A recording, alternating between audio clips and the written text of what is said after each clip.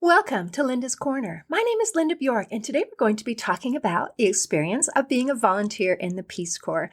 I'm delighted to welcome special guest Christine Herbert. Christine was a Peace Corps volunteer in Zambia, the manager of a nonprofit organization in Nepal, and the author of The Color of the Elephant. You can learn more about Christine and her book at her website, christineherbertauthor.com, and I'll include a link in the description. Welcome, Christine. I'm so glad that you could join with me today. Thanks so much, Linda. It's great to be here with you today. I have been looking forward to this. I read your book and I enjoyed it very much. I thought it was an interesting story, well told. And when you put those things together, it creates a beautiful experience to be able to share with someone. So thank you for putting that together. Oh, thank you. I'm so glad you enjoyed it. I love sharing my Peace Corps experiences with other people, and it just feels wonderful to have the opportunity to sort of take people with me on the journey and have them see my service through my eyes and kind of do a Peace Corps service of their own in a way, just to be able to see and learn what it's like to be there. I think that is beautiful. And let's see, going and joining the Peace Corps and doing this is a little bit of an out of character for what you usually do, right? Yeah. So how did your departure for me? Yeah. How did your family take it? What did everyone think you were like before you made this decision? And then I'm sure they had to reevaluate. Well, I don't know if they thought I wasn't very adventurous. I'd always kind of been very independent and was never afraid to move away and try something new and do something on my own. But going abroad on my own, I think, was seen as really quite adventurous. And at the time, this takes place between 2004 and 2006. And when I apply for the Peace Corps, I think it's only 2002 when I apply. It takes a while to get in. And we weren't that far away from 9/11, from the events of 9/11. And my family was very concerned about going overseas, being an American going overseas. And so they were really trying to pump the brakes on this and try to, have me see reason and all that. And I thought, no, this is what I want to do. The more they were adamant that it was not the right time for Americans to go overseas, the more I felt that it was the right time. In fact, it was the perfect time to join the Peace Corps, because it's a peacekeeping and humanitarian mission that they have. And what better time when we felt like we were on the edge of war. And at that time when I went, we were, in this war against terror. So we really were engaging in war at that time. I didn't get a whole lot of positive response from my family. It was definitely an uphill battle to go, but I really felt adamant about doing it. Oh, wow. That is awesome. Well, I would love to talk about two kinds of things. One is the Peace Corps experience, and help me to understand that more.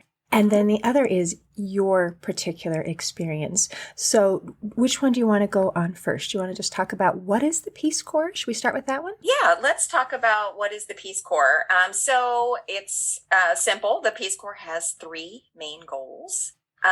So the three goals are to, number one, help the people of interested countries in meeting their need for trained men and women.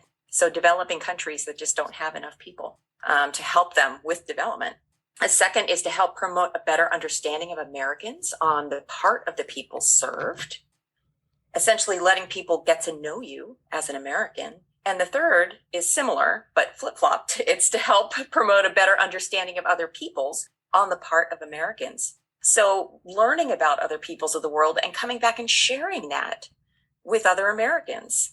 So 2 out of the 3 goals here are friendship goals, really. They're cross-cultural understanding.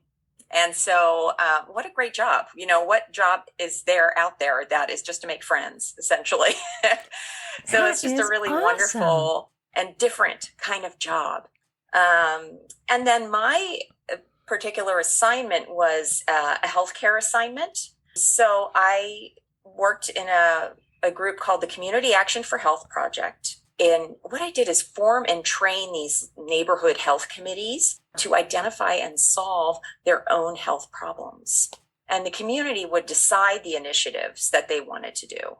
And a lot of the problems that we were experiencing in the area that I went to in Zambia was malaria, tuberculosis, water and sanitation, just basic water and sanitation, child and maternal health, and also HIV/AIDS. That was a big part of what I was there to talk about. So now here you are as a representative of an American. What's the process to get accepted? I mean, I assume they'd have to be a little bit picky if you are a representative of what our country is. Right. So you have to have some basic qualifications in different, areas. They have ones such as like teaching, it could be trying to think of all the other initiatives that there are, agriculture, environment, youth development, community economic development. So they have these different areas. Mine was a healthcare assignment. So I had taken a break from my job to go to the Peace Corps, which was actually a massage therapist. And I'm doing that again now. So I'm kind of in a healthcare field to begin with. But people would generally have some sort of background or education in that. For to be accepted in the Peace Corps, generally you'll have a degree, a college degree in some area that would relate to your assignment. However, if you have a lot of life experience in that realm, you may just qualify for that as well. And they just need to make sure that you are healthy enough to serve at your post. Not every post is as remote as the one I got, where I'm living in a mud hut, no electricity and no running water in the middle of Africa. Some places are in a slightly more developed country, could be in an Eastern European country. So you might have an apartment that has some electricity, and you might have better means of transport. You might have a vehicle or a motorbike or something. I just had a bicycle because, you're just always living at the standard of living that everybody else is in your area. So,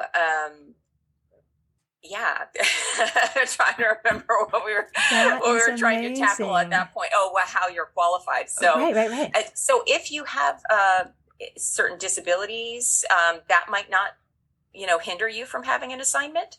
One of the books that have been written about Zambia, serving in Zambia, because there's two others that I learned that have been written since I've written mine. And he was deaf. He was a deaf volunteer, and he actually served and learned how to speak the local language and did all that. Don't ask me how. It's just an amazing book. But, depending on your, on your abilities, you might get different types of assignments. And I believe the oldest volunteer was in her 80s.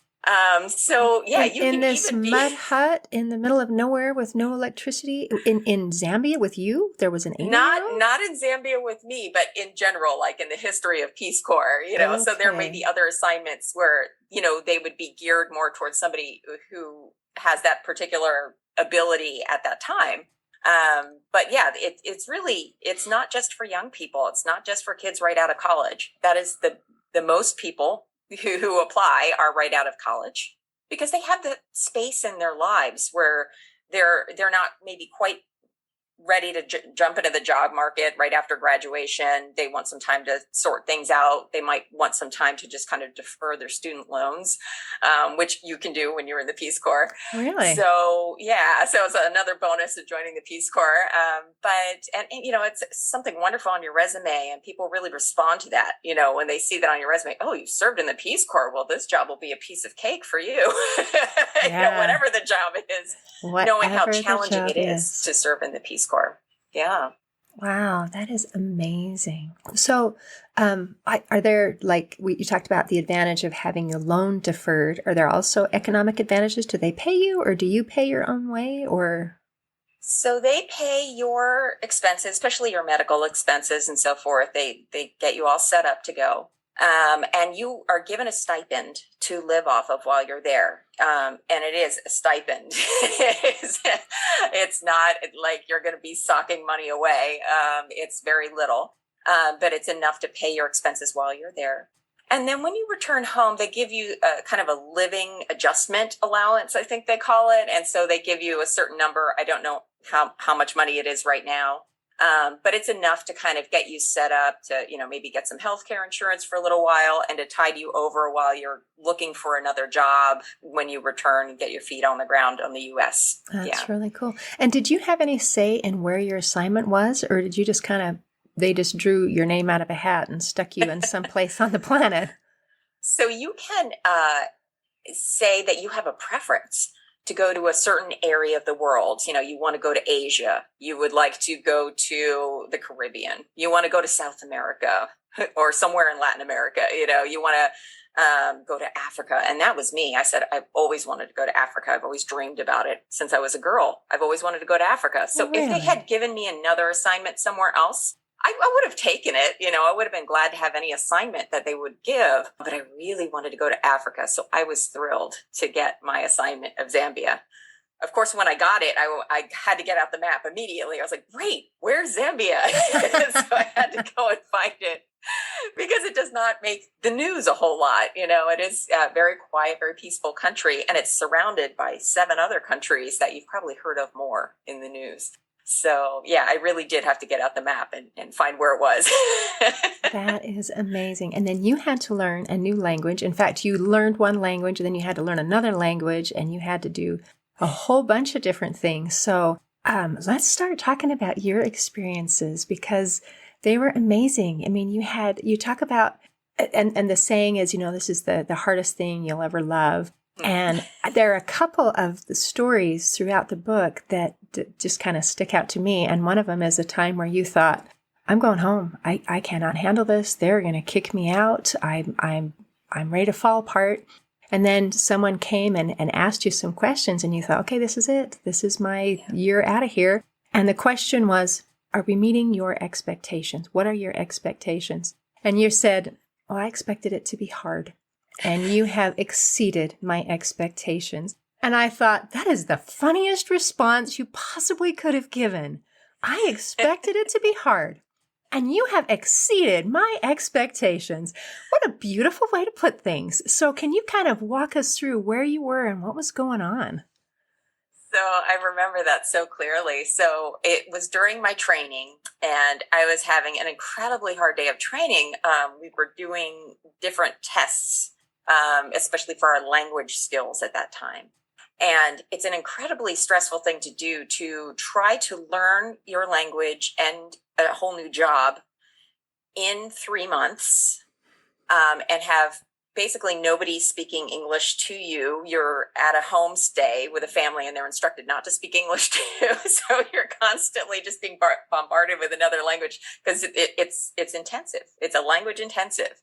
And it is incredibly stressful. So I go to my tests that day and I couldn't come up with even the simplest things, and I just, the tears were coming and I just couldn't stop crying. And it was just stress, and everyone was trying to calm me down. It's just stress. Don't worry about it.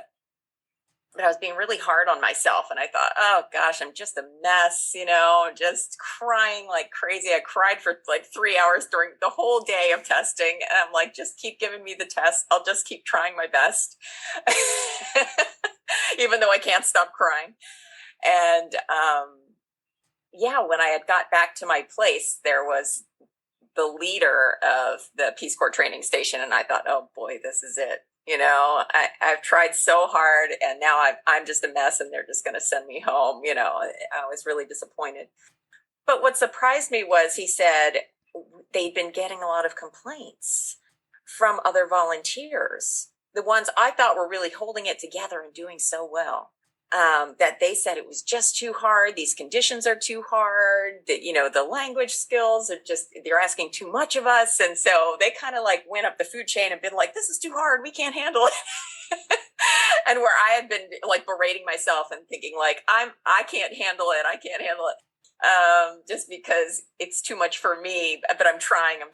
And so I was so surprised when he said, I think it's just boils down to expectations. What did you expect this to be like? And me as a slightly older volunteer, I was in my 30s, and when other people were in their 20s, I just said, you know what? I thought this was going to be the hardest thing I ever did, because the tagline for the Peace Corps PSAs when I was growing up was the toughest job you'll ever love. And so I knew that going in. I knew this was going to be the toughest thing I ever did in my life. So that's what I told him. I was like, you know what? I just knew it was going to be hard, and you've done it. Well done. Good job, because this definitely is it. And he was tickled. He just couldn't stop laughing. It was really funny. So he was thrilled and went on his way. And I was like, wow. And I realized at that moment that that's when I had really made the commitment to stay. When I really thought they might be getting me on the first plane home, I really wanted to dig my heels and be like, no, this is hard and I'm going to do it. I'm here to do this. I want to do this. And I just really decided, like, that was my moment, I think. Yeah, that I really knew that I was going to do whatever it took to stay in for my full assignment. And what a beautiful and incredible message you have. And I love looking at the different angles of putting things, because what you did was hard. It was very hard. And for some, the response was, this is hard. Make it easier for me. And for you, it was, this is hard. How do I make myself equal to the task? And part of that could have been from your maturity, and part of it is maybe just your personality. But what a beautiful message. I mean, if just that one little golden nugget is the only thing that someone gets out of this book and out of today's conversation, that is awesome. Very well done, Christine.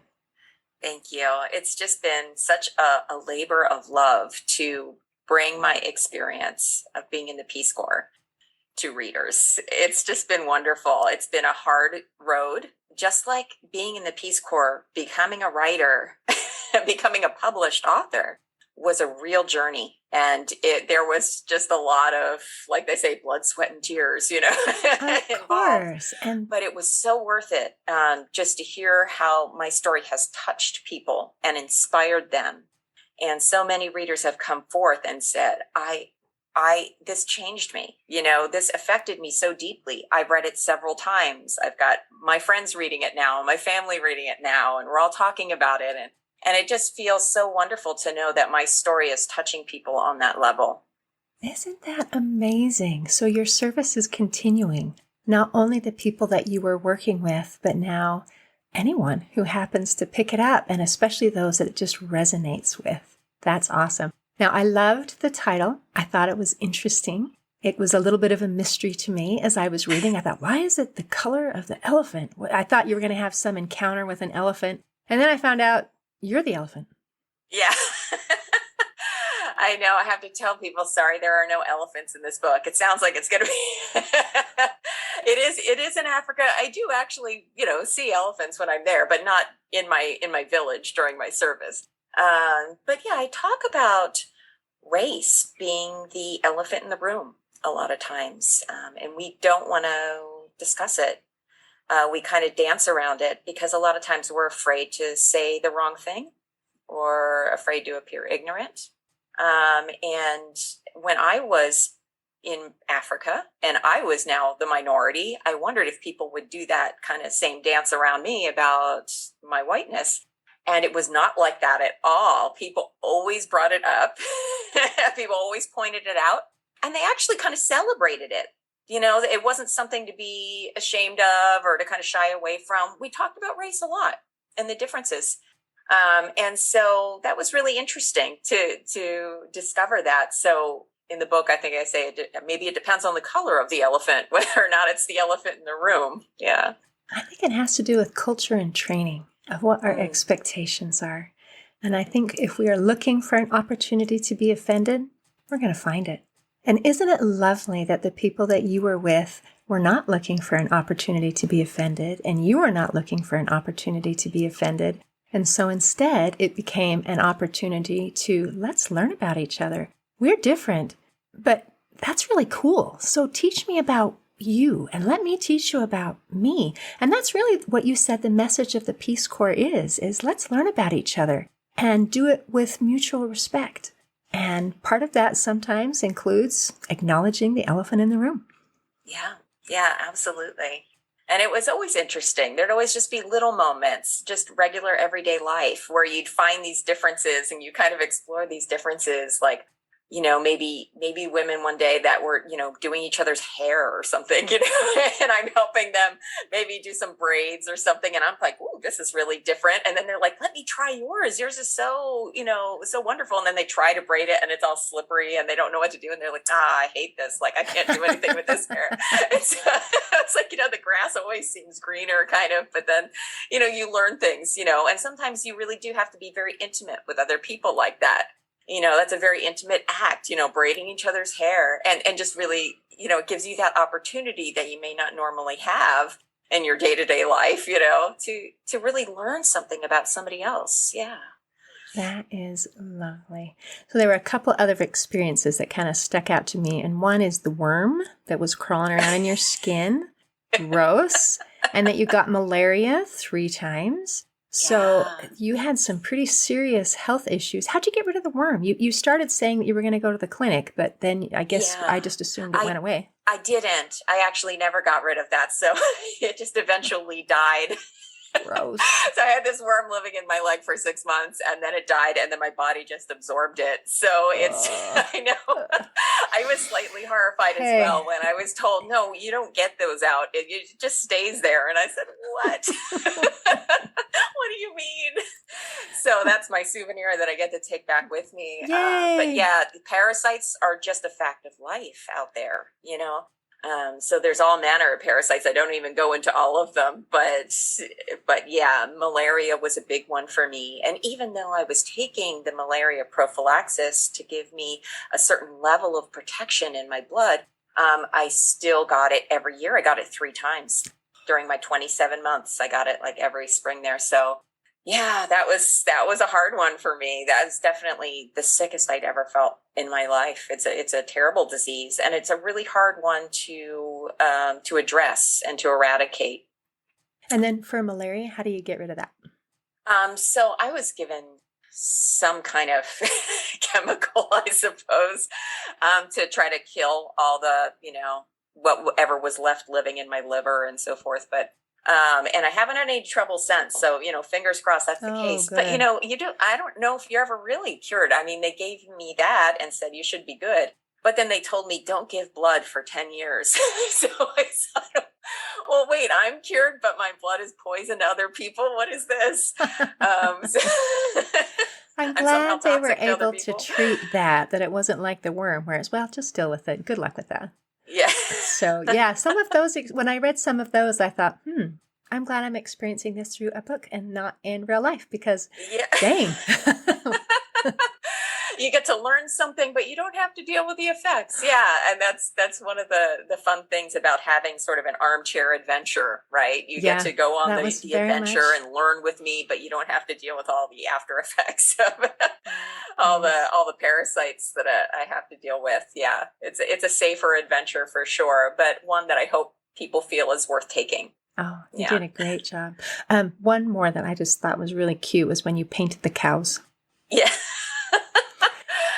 And people were like, why did you paint the cows? What did they do? So do you want to explain? There were cows and they were not where they were supposed to be and they were destroying people's crops and causing issues everywhere. And you woke up and... Yeah, so there were these people that had these cows and I think they just couldn't afford to feed them or didn't want to feed them or something and would just let them out every night and they would just eat all of our crops and, damage our property. It like totally stomped all over my chicken house. I had to build a new one. And I kept telling the people, I was just like, you have to tie up your cows. And they would say, no, they're not our cows. They're your neighbor's cows. And like, I'm not a cow expert, but their cows were black and white, had these big old horns, and my neighbor's cows are brown cows, and they have these short little horns. And I was like, I think I can tell the difference, and I'm telling you, they're not.